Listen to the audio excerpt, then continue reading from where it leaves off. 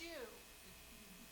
I'm Beth Norcross. I direct the Center for Spirituality and Nature, which I'll tell you a little bit more about. I'm going to try very hard not to use this thing. I know he wants me to, but I'm going to roll around. So let's see if I can speak loudly enough. If you cannot hear me in the back row, just wiggle your ears and can you now, but you couldn't before? All right, well, I'll stay here. I've got a new toy. So, yes, if you can, you might want to move up. I know you may not be able to do that. Well, welcome, everyone. This is Spirituality and Nature as a Foundation for Advocacy. Now, I need that deputy. You're near the door. If you can catch people coming in, and I think Amanda's already gotten something. So, your name is? Well, either one. As you see people come in the door, nab them and get them to pick up something from nature. Spirituality and Nature, a Foundation for Advocacy. It's great that you're here. I would much prefer to be doing this outside, but here we are. So we brought a little bit of nature in. Before we get going, I wanted to tell you a little bit about my background. Not that it's all that interesting, but it'll give you an idea of my perspective that I bring to this, the experience. I started my career on Capitol Hill. For those of you of a certain age might not know this, but we actually used to pass laws. Yeah. We used to pass laws to protect the environment. It was a very heady time. And that was exciting. And then I went to work for the environmental community, and then to faith and ecology. I don't know if you all have seen this, but this seems to be the work of faith and ecology. And you see God is saying, uh-oh, what has God unleashed? And the reason that I mention that is while I was doing this work, it felt to me, both in the environmental community, doing fabulously good work, the community as a whole, and of course all of you faith and ecology activists also doing important work, that there was something missing. There was something fundamental and basic and grounding that perhaps we were missing, that we were too far in our heads and not connected enough with the ground, with our beginnings. And so I started. Let's see how our deputies do. There we go. All right, nice work. We can give you a chance to look for something later. Yeah, it's okay, thank you. So I started an organization called the Center for Spirituality and Nature, and you can read our mission statement here. We provide opportunities for deepening and centering ourselves in nature, but also to encourage a loved, living relationship with the earth. So we are getting to the same place that activism does, eco-activism or eco-faith activism, but we are starting at a much different place. We are starting with relationship. We are starting in the natural world.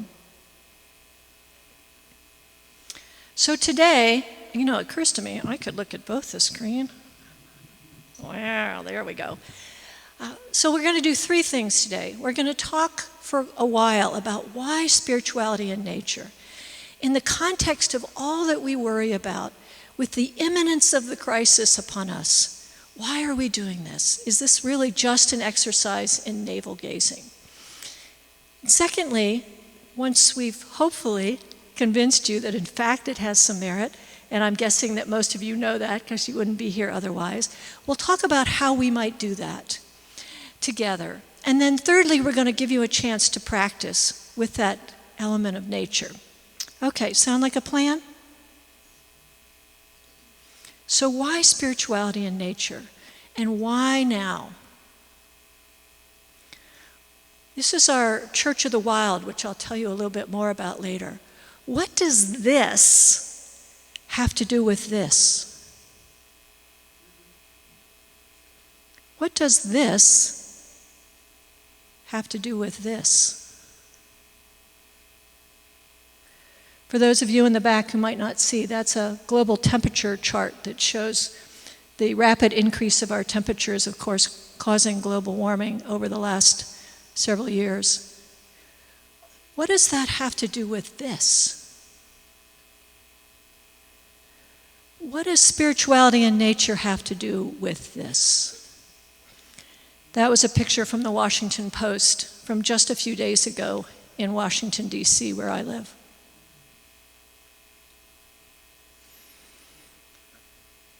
I wanted to start, before we get too far into this, to come back to something that was said twice. Heather said it this morning.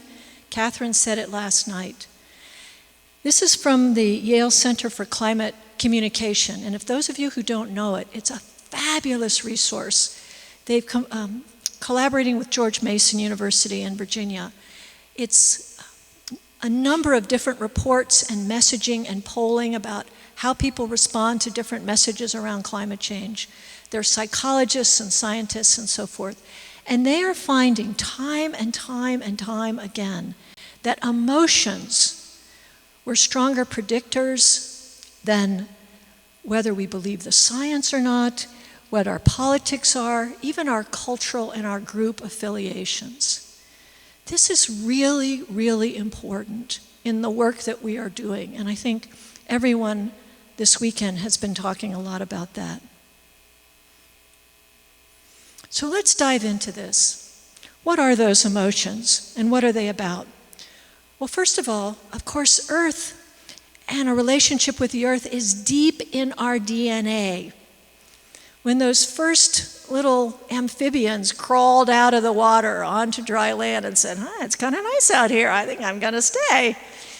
It's in us. Psychologists call that the eco-unconscious, this sense of being connected with the earth through generations, that even though we live separate and apart largely, we're very comfortable right now.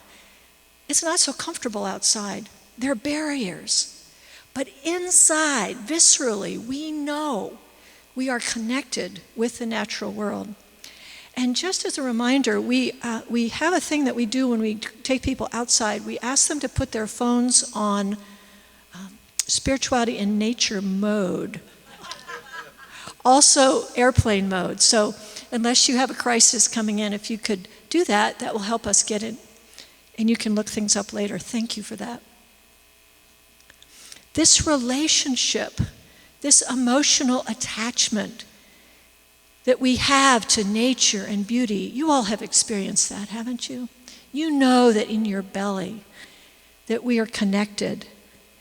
And the more and more we live disconnected, the more and more climate change and other environmental issues confront us, the more anxiety we feel, the more nervous we feel, the more grief we feel.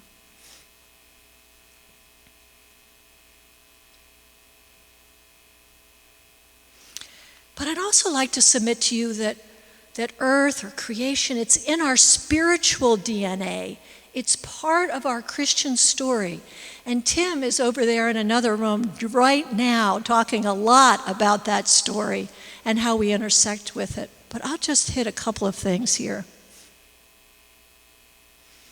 From the very beginning, then the Lord God formed the human from the dust of the ground and breathed into its nostrils the breath of life, and the human became a living being. From the beginning, our story starts in the dirt. We're dirt people. We forget. We are Adam, earth person, not man, earth person, from earth, Adamah. Animated by what? What's the word? God's breath. Ruach, meaning what? Spirit, wind, breath. They didn't need 3 words, 1 word. This is inside of us. This is inside of our story. That's why getting engaged with it again is so important to the work that we're doing.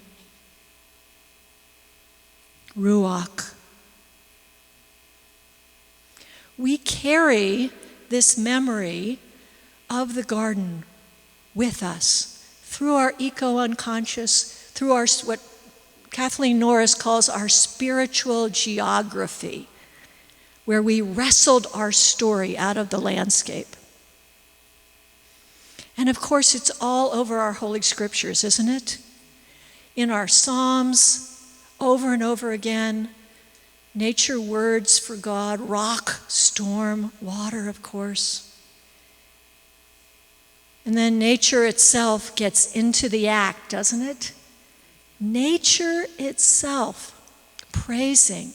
And it doesn't say, well, it's kind of like the valleys are sort of decking the... No, that's not what it says. The valleys deck themselves with grain. The valleys are shouting God's glory. It's all over our scriptures. And where did Jesus go to find God? Jesus went to the wilderness. Long before there were synagogues and mosques and temples and churches, the earth, the creation, was that place where people found God, found relationship with God. And of course, Jesus referred to himself as what? Living waters, present in the water. Throughout our Christian history and the history of all other major religions, by the way, there's a sense that the divine is present in and of nature. This is a caterpillar, obviously. Meister Eckhart famously said, I could just have people look at a caterpillar, I'd never have to write another sermon. So full of God is the caterpillar. This is in our story. Sadly, we don't hear as much about it as we might.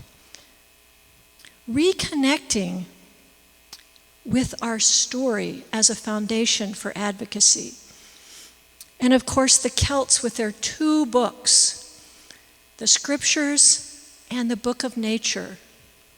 John Philip Newell, still getting used to this thing. John Philip Newell, who's written extensively about Celtic spirituality, says the following. He says that the Celts believe that we have the capacity to glimpse shafts of divine light that penetrate that thin veil between heaven and earth. This concept that the Celts had, that nature is a thin place where the membrane between heaven and earth is so shallow that we feel the breath of God. Do you feel that way in nature? Yeah. I would also suggest that we can take a lesson from the Celts in that it's not always a walk in the park with nature, is it? It's fun to think about and easy to think about God up here, but more difficult sometimes. And the Celts really did understand. They were living in a seafaring community. People were routinely killed in storms. That weather wreaked havoc on their crops, and yet still they saw God in nature. We can bring to nature our thorniest and most difficult theological and ecological challenges. Sometimes nature is the only place. Where else should we be bringing climate grief? Where else should we be asking the questions, what's up, God? You said you weren't going to flood again. Now that guy with the pink shirt's on top of his car. What's going on? Those are the kinds of questions that the Celts brought into the natural world, we can bring into the natural world. So spiritual practice in nature rekindles this old and essential way of knowing God in and through the creation. What a wondrous step, not only for us, but for our constituents, to begin to understand God's presence, God's being as a part and parcel of creation. If we really, really understood that, what a different world there might be.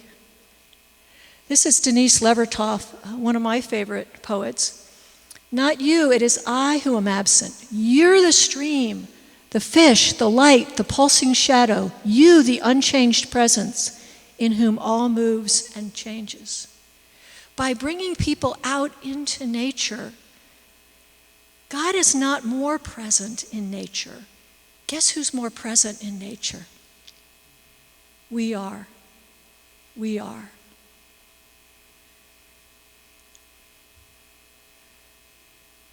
So why do this, and why do this now? Okay, all right, I get it. God is in nature. God's presence is in nature. We need that. How does this connect up with what we're trying to do in the world? What difference does it make? Well, first of all, time in nature allows us space. Oh, space. Need I say more? Quiet, but also wisdom. Nature itself has a lot to say about how it might be healed. God has a lot to say through nature about how the creation might be healed. There's an incredible work being done in biomimicry now. What's going on in nature, mimicked through our own systems, working with nature to heal, and asking God's presence and wisdom. Where's Victoria? Here's your slide. Victoria and I were talking at lunch about delight. Time in nature, spiritual practice in nature brings delight. Don't we need that? We were talking at lunch. We are a dour bunch, folks, aren't we? The weight of the world, we're feeling it. We're grieving. Yes, of course. And we can hold this at the same time that we hold delight. This is a Presbyterian pastor, Cindy, very tired, very overworked, as many pastors are, as you know. She was, overcome by that black locust tree. Delight. Don't our constituents need that as we ask them to do this work with us? Don't we need that? Foundational to advocacy. It's a very familiar poem by Wendell Berry, Going to the Peace of Wild Things. We need to be in nature for healing, for comfort, for sustenance. We need it as advocates. We need it for our constituents.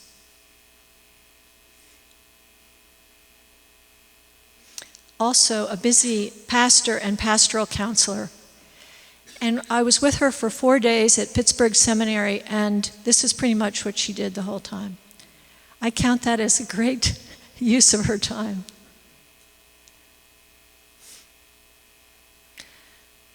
Spiritual time in nature helps us mourn. We run a program in the fall called Grief and Mourning with Creation through the center. Where else can we take this? This despair, this grief, this heaviness. Why not take that into nature? Us, our congregants, our constituents, we need places to mourn. We need opportunities for grief. Joanna Macy has done marvelous work around this. If we do not grieve, we will numb ourselves to action. We must grieve. We can grieve with and through and in the natural world.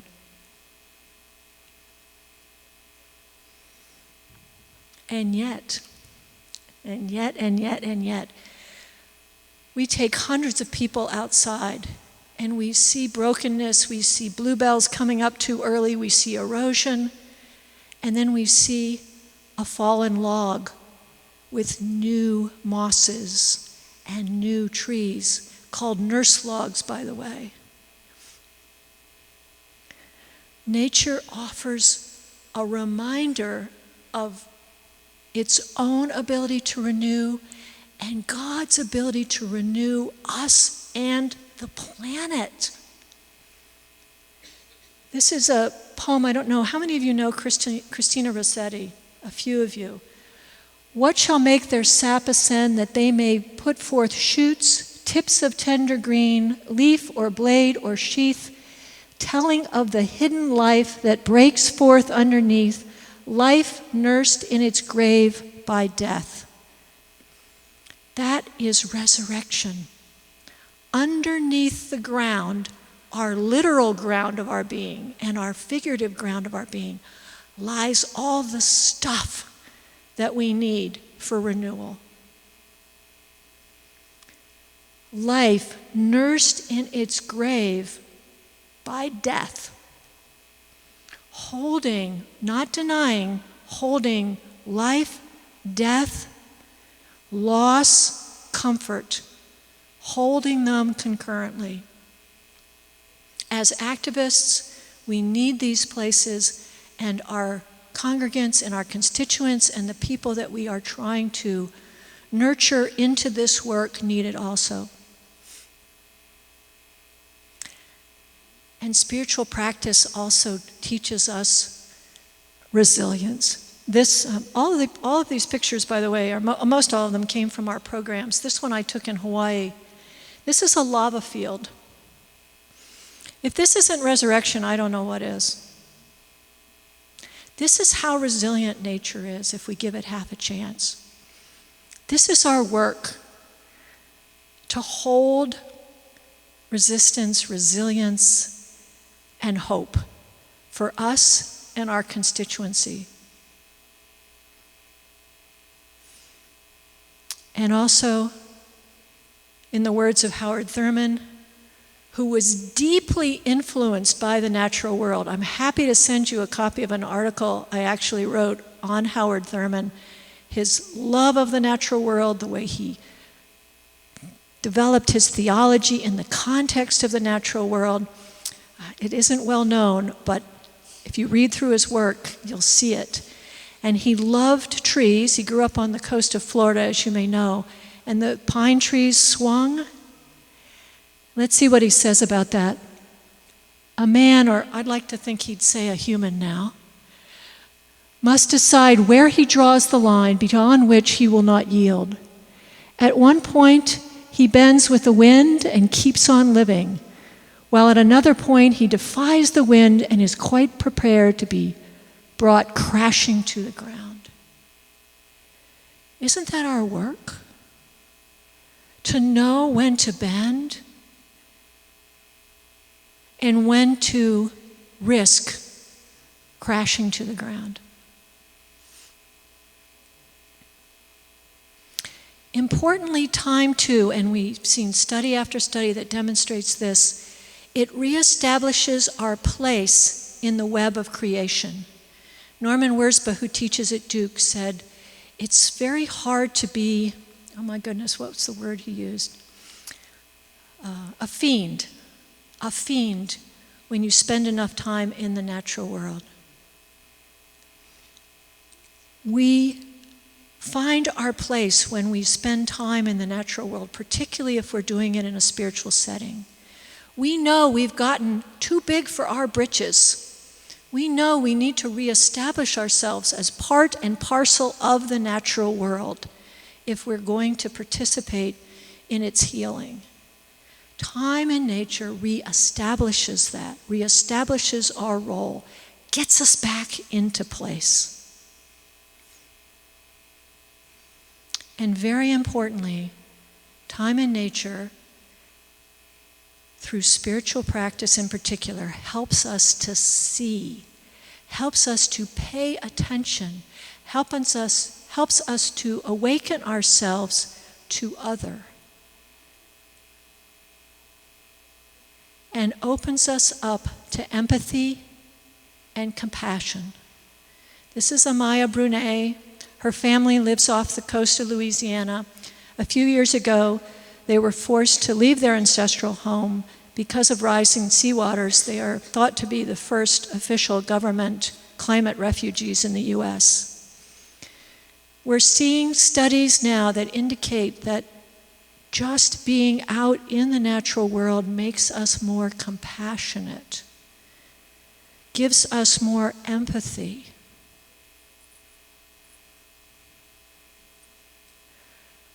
How about that for a foundation for advocacy?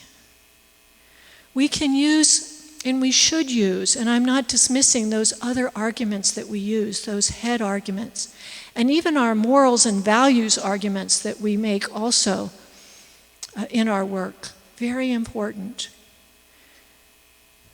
But I would suggest that time in the natural world, again with perhaps some help connecting the dots, can be an essential part of the work that we're doing because it repositions us vis-a-vis the rest of creation, human and non. And it opens our eyes to those who are suffering. So how do we do this? Well, we have a few ideas at the center. I'm going to go through a few of them. The first that I would suggest is a regular practice in nature, and then I'll explain a little bit more about that. Also, we'll talk about spirituality in nature groups, and finally, our newest venture, Church of the Wild. But let's take them one at a time. And then we're going to give you a chance to practice later. Spiritual practices in nature. We have a whole book over here called Inside Out. There are 50 spiritual practices that can be done in nature. Some are fun and can be used with children. Others are more challenging. There are grief exercises. There's spirituality in nature bingo. There's scavenger hunts, all sorts of things. This idea of having a regular practice in nature in some way can be life-altering. And you can bring this to your congregants as well as use it yourself. So a regular time in nature with a spiritual emphasis. And we have lots and lots of ways that we can suggest that we do that, and we'll try one today, a really easy one. I'm all about easy. This is the book that's over here. It's an ebook right now. On our website, you'll see these helpful hints for developing a spiritual practice in nature. And I wanted to just go over them with you because now we're getting down to the practical piece of it. These are hints that you can share with the folks with whom you work, but also you might try yourself. These are not the practices per se. These are just some ideas and suggestions that we found in our experience. The first one is, remember, it's a get to, not a got to. That's an expression that we've used in our family for years. You know how we are with spiritual practice. You know how we are. Oh my goodness. All right, well, I'm going to put it on my calendar. And at 6:15, I'm going to get out and I'm going to do. And John O'Donohue, the Irish poet, says that we've squeezed the life out of this. These are my words, not his. He's much more eloquent. We've squeezed the life out of spirituality, as we try to turn it into a discipline. Now, Ignatians, forgive me, but if we first remember, this is something we get to do. Oh, I have to go out and do my practice. Oh, I get to go outside for 5 minutes? Cool. That's such a different perspective. This is something we get to do. Be honest about obstacles. Is it your phone? Is it your family? Is it your work? What's standing in your way? And just be honest about that. By the way, spiritual practice, I think, is just another habit. Okay, let me ask you a question. I'm feeling a little wedded to this spot. All right, I'm going to wander around here. True confessions time. How many of you, within 15 minutes of rising in the morning have already looked at your phones? Most of you. 15 years ago, how many of you were doing that? No. It's a habit, isn't it? It's just a habit. Spiritual practice in nature can also be a habit. And I've done some work recently with the Tiny Habit guy. I don't know if you can Google it, Tiny Habits. He's B.F. Fogg, really interesting. Says do it, attach it to something you're already doing, which is number 7, and do it for less than 30 seconds. So one step might be, I'm going to grab my cup of coffee, I'm going to look outside. Done. You're done. That habit, tiny habit, can then, once you look outside, oh, is that a wren? Oh, well, maybe I'll go outside. So, tiny habit. Number 3, this is related to number 1. Remind yourself of why you're doing this. It's fun out there, isn't it? It's cool. It's relaxing. God's there. Why are you doing this? And again, feel free to use these with your churches and congregations and synagogues, whoever else is here. Develop a routine. Again, attached to number 7. Tie it to something that you're already doing. Brush your teeth, have a cup of coffee, check your phone. What are you already doing? What if every time we picked up our phone, we looked outside? It doesn't have to be complicated. We suggest, number 5, that we start with a centering, which we'll do in a moment. Grabbing some friends, always fun and easy. Say, hey, let's go out. Because aren't we more apt to make appointments with friends than we are with ourselves? Yeah. Using triggers and cues we've already gone over. And the 8th is just keeping an attentive posture throughout the day. And by that I mean someone came up to me and said, I am working, I have 3 children, I drive to work, I drive back, there is not one moment in the day that's not scheduled. And I said, is there any time when you're out in nature? She said, no. She said, the only time I see the nature is when I'm stuck in a traffic jam looking at the sky. Really? And she went, oh. So she had the spiritual practice. Whenever the traffic stopped, she would look at the sky. That's a tiny habit with a trigger. So these are just some hints on how you might develop a regular spiritual practice. And if not a regular spiritual practice, just some ways of being attentive during the course of your day. We also have another program which we're really excited about. We also have a book on that. Spirituality and nature groups, and these can be integrated with your green groups. We have 4 or 5 now in the Washington area, and this is a really exciting thing, I think, for churches in particular, or synagogues, or mosques. This is an opportunity to bring people together to go outside with God. A spirituality and nature group.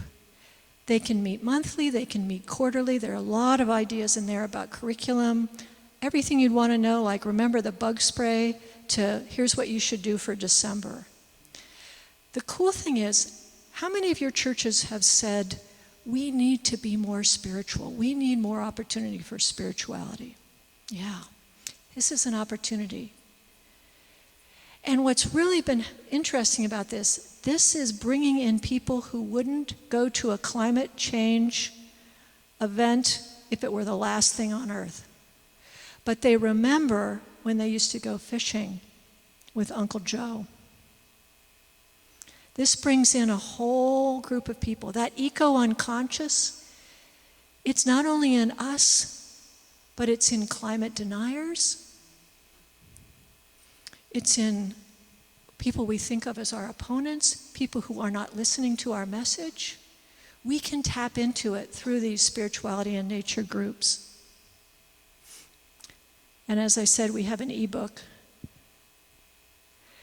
And then lastly, I wanted to tell you a little bit and show you a very brief clip of a film about our Church of the Wild. The Church of the Wild movement started a few years ago, one in California and then ours in DC. There are now 25 to 30 of these wild churches around the country and growing so quickly. For us, each one is different. This is our mission statement. Coming from many faith traditions, we gather monthly to honor the mutual indwelling of the divine with the earth and all of its beings, remembering our sacred interconnection and interdependence. I would commend you to the Wild Church Network. Well, I should have written that down, wildchurchnetwork.com. There are Lutheran Wild Church that looks very much like a Lutheran church would inside, except it's outside. And then there are others that are far different. Ours is mostly contemplative. If you're ever in DC the first Sunday of the month, I would encourage you to come and be with us. It has brought people out who have been left behind from the church, by the church. It is for people who have never found the church to be something that's meaningful to them. We are starting to get some young people, students of mine at Wesley are coming out. And also, 2/3 of our people at Church of the Wild have come from a traditional church community. Because guess what? They want more. They want more. We don't do a sermon. We do a 20 to 30 minute wander outside. We chant, we drum. I do that's me there, doing a 5-minute note from nature, which, by the way, we have on our YouTube channel if you're interested. Let me just show you this brief clip from a film that was produced by a wonderful filmmaker. The film itself is available for sale on her website, which I told her I would tell you about. But if we could let's turn off the lights and see. I think this is about 2.5 minutes. See if you can get the feel of Church of the Wild.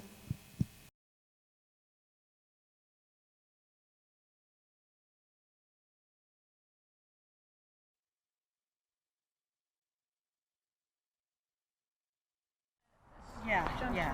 There's a teensy bit you can sort of make out a path there. You certainly see it further. Okay. Because we don't want them to go that way. We want them to go this way. Okay. How's that? Church of the Wild. Church of the Wild. It feels like a greater sense of freedom to me.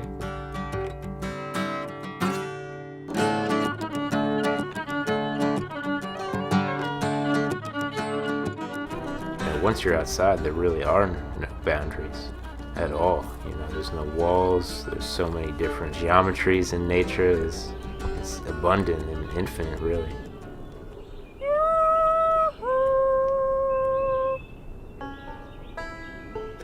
There is something going on out there. There is some kind of a yearning that's not being met.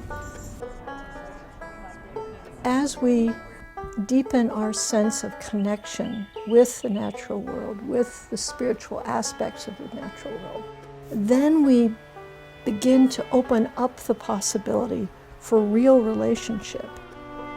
It really is about learning to love differently, learning to live differently in a very, very precarious time. Imagine yourself sitting right in the center of the earth. Light cannot see inside things. That is what the dark is for. Minding the interior, nurturing the draw of growth through places where death, in its own way, turns into life. Go forth flowing and nurturing like the water that is in you, aware of the power you have to cleanse and heal yourself and others and this planet.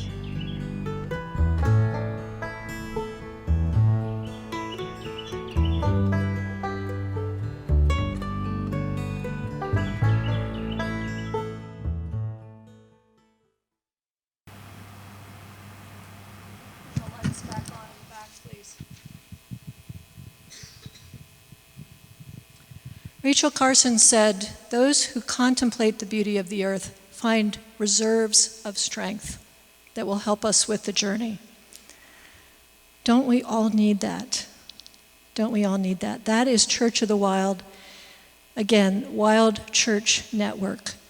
So we've gone over a lot of things in the last few moments, and I just wanted to give you an opportunity to try this one thing because I want to give you a few minutes for discussion as well. So for those of you who have not, you might just take a moment and pick out something from the nature table. Does everybody have something? Or have something pick you out more? So we're going to do a Lectio Divina. Now, for those of you who have been in the church for a while, most of you know Lectio Divina. I'll give you a very simplified version, just in case we don't. In a traditional Lectio, we'll read something like the 23rd Psalm. "The Lord is my shepherd, I shall not want." Reading the full thing and having a sense of if there's a word or a phrase or perhaps a sentence that pops for you, that gets you. Read it again, see what pops, what gets you. And then in Lectio, in a traditional Lectio, we spend some time with that phrase or that word. We bring it in, we ask God to speak through it. We see what happens. We're going to do something similar now. I would ask you to take a look at your object. Normally what we would do, and you can do this you can do it yourself, you can do it with groups out in the natural world. We would send people out and ask them to sit and look around and see if there's something that is attracting you, what's finding you. So you did that part of the exercise already. And then we would ask them, as I'm going to ask you, to spend just a few minutes with it. Take a look at this object. Be curious about it. And I'll tell you, you're welcome to do that now, of course, but we'll give you an official go here in a minute. I'm going to ask you to be curious about it, to touch it, to smell it, to use all of our senses.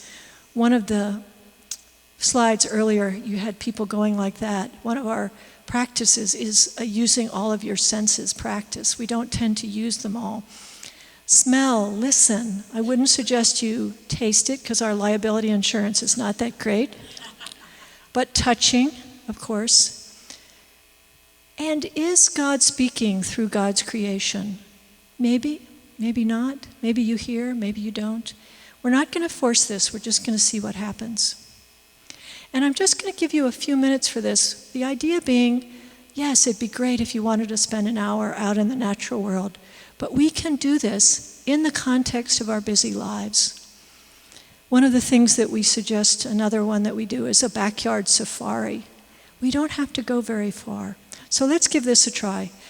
I would ask you to, as we suggested, we're going to begin with a very brief centering, so feet on the ground, of course. We'll take a deep breath in together and out like you mean it. In together, out. Breathing naturally now, that oxygen coming from the trees around you. Breathing in, breathing out, breathing in, breathing out. Now, if you would, spend just a few moments with your nature object. Be curious about it. See what happens.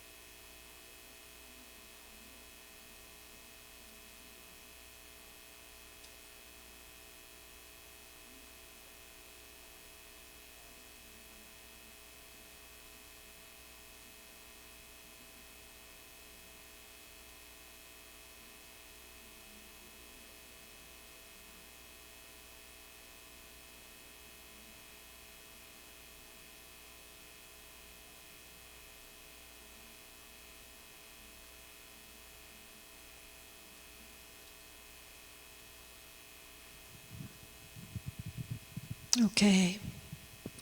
That was 2 minutes.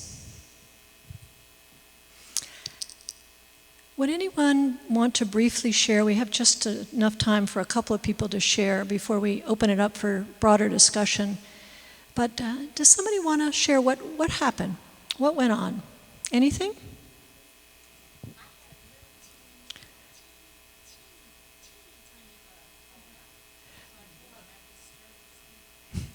I'm going to repeat that for because I can't get the mic all the way back there, but Beth is saying that there was a teeny little bug that she felt that she might have disturbed its home, and I would submit to you that was compassion, empathy. Is someone up here in reach of the microphone like to share their experience? You might need to stand up.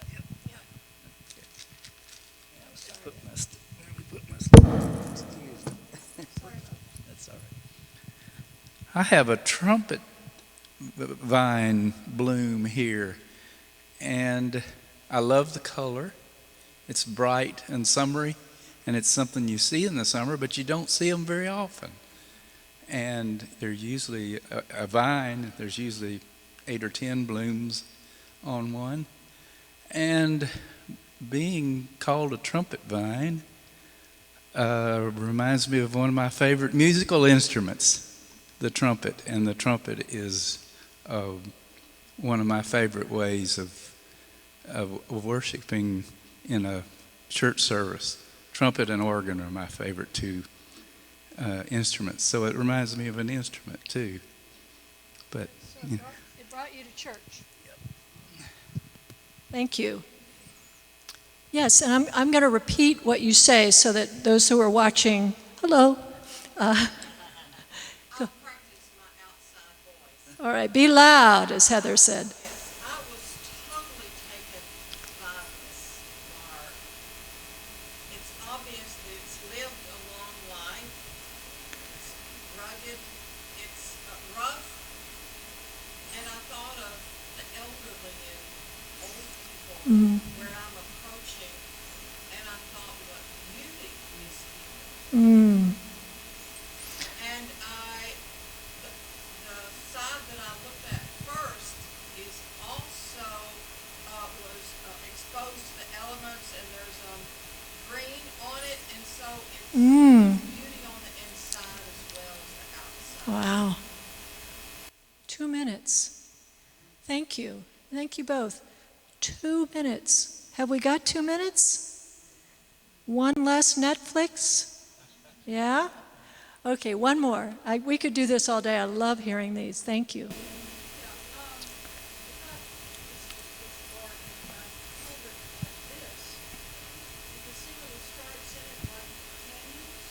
If you turn the bark over, you can see canyons. It looks.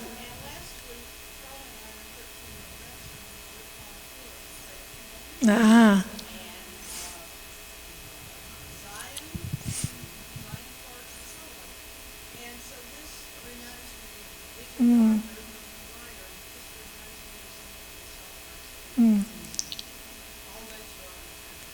Well, thank you. And thank you so much. And was this, and again, we're not forcing it, I'm really just curious, was this a spiritual experience? For many of you, yes. This is something that we could bring into Sunday schools with children, adults. I did this exercise with, I'm going to choke up a little bit, with my mother's retirement home. And all those old gnarled hands with the shells and the pine cones and the memories that were flooding back. So we can do it outside, we can do it inside. So I wanted to open it up for questions now and comments and discussion. I really do believe that spirituality in nature is a place for activists to come, to be restored, to have hope, to grieve, and also a place where the folks with whom we are trying to nurture into this work can also find sustenance. So what do you all think? What do you think? Yes, sir.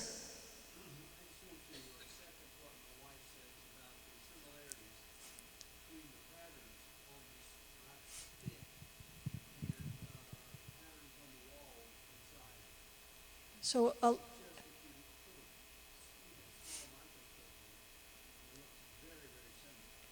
well, all of these things came this afternoon at lunchtime. I went out and from our landscape right out here. And I'll put them back, and you can certainly take them if you'd like. I don't think they'll miss them as a remembrance of this. Thank you. Other comments and discussion? And Beth, what do you think? And speak loudly if you would, because I want to make sure that even though they can't see you, they can hear you. Beth's going to come up here and...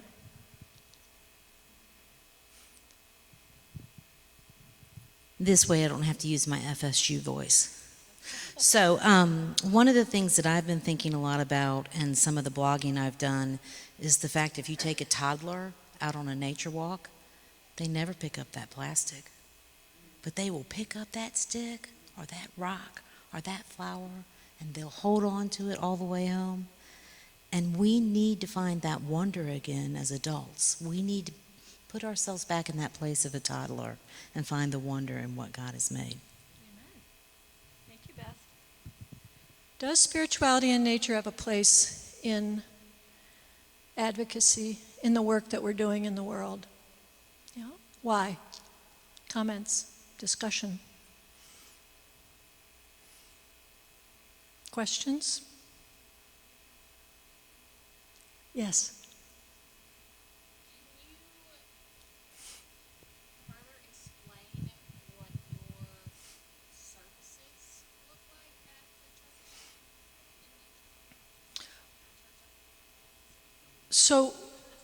So first of all, we call them gatherings because they don't look much like a regular church service.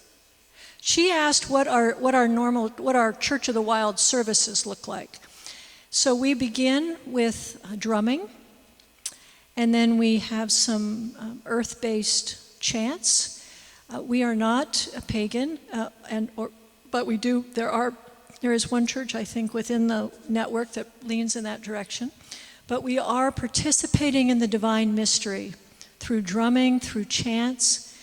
And then we will have a reading often, a poem. We might have another chant. Then I do this 5-minute note from nature where I talk about something that's going on in the natural world and do a spiritual spin on it. I did a very exciting one last month on poison ivy. Again, those are all on YouTube if you're interested in checking those out. Then after that, we have a guided meditation. And all of these elements have silence in between all of them, so it's very quiet. Then we do our 25 to 30-minute wander.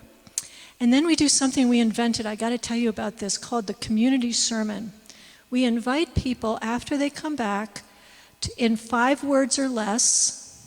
Because when you have a lot of words, you can go this way. If you don't have a lot of words, you have to go this way. You go deep. 5 words or less, what was your experience of the wander?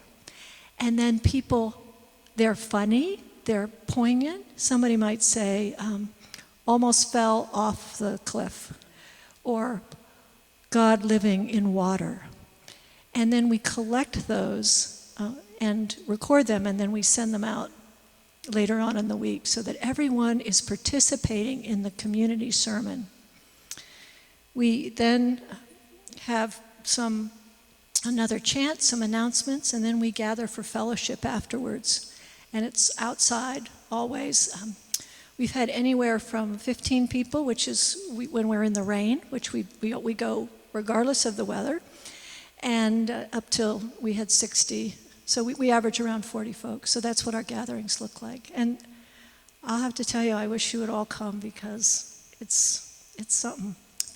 There's a yearning out there, and we are so privileged and blessed to be a part of this, really, truly.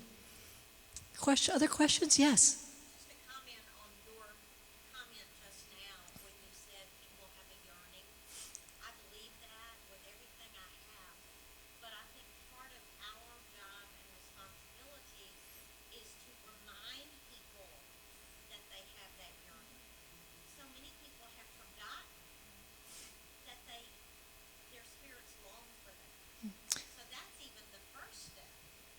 Well, and it's a great point because, we live, as I said, I believe, with this eco-unconscious or memory of the garden, but we're not always conscious of it. And the grief that we feel toward what we are doing to the natural world, we live with that too. And it's not always conscious. And so, we were talking about this at lunch. Sometimes we have to connect the dots. As spiritual leaders, that's our job. So thank you for that. Other comments? Yes, Victoria. One thing that we hear people say who are not necessarily church people, although many church people too, say, well, I find God in nature. And that's one thing I really appreciate about the model you're talking about, because instead of trying to get people to fit into the mold we've already decided is worship, we're going to where people are already worshiping. And it does tap into that wonder, as folks were saying. I would say when I think about going out there, it's transcendence and also rootedness at the same time. Yes, transcendence and immanence concurrently. Yeah, thank you. What we've tried to do is do models of catching people wherever they are. So if they're looking for individual practice, we have something for them. If we're looking for something to do within the congregation, yes. Outside of the congregation is Church of the Wild. Having come from the environmental community, many, many people say to me, I don't need church, nature is my church. And I think that's fabulous. However, I would say that so often when people are saying that to me, it's a very individual experience. And so one of the things we do that I think that Church of the Wild does is it gathers these people into community, and we really are forming community and thinking about community differently. And this is, it's so important if we're going to be doing this work that we are in community to hold us and to heal, but also to check us, to hold us accountable as well. So that's part of what we're trying to do is build a very different kind of community. That's very wisely. Yes, I think so.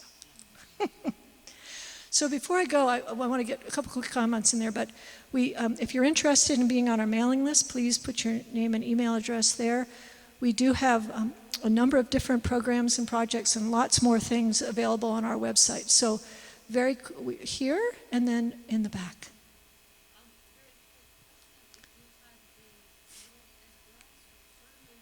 Okay, we're wrapping up. Yes, watch the YouTube that I did on poison ivy, because who likes poison ivy? And yet it turns out it's really, really important to the ecosystem. So it's a tough one, but that's part of that not being a walk in the park in nature. Thank you, because there are ticks in all aspects of our lives, aren't there? Literal and figurative ones. Okay, last word, back here. Yes, did you want to say?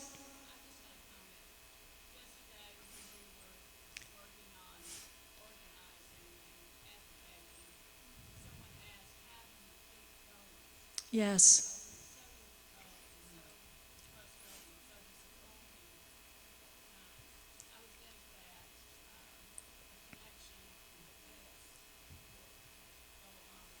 Yes. Yes. Yes. Just for the camera here again, these adventures in nature, if you will, can be sustaining to advocates. And even though the spirituality and nature groups are meant for churches and so forth, they can be used by any organization. So we could have activist spirituality and nature groups to sustain us. Thank you very much. You've been a fabulous, engaged audience. If you need something else, I'll be over here cleaning up.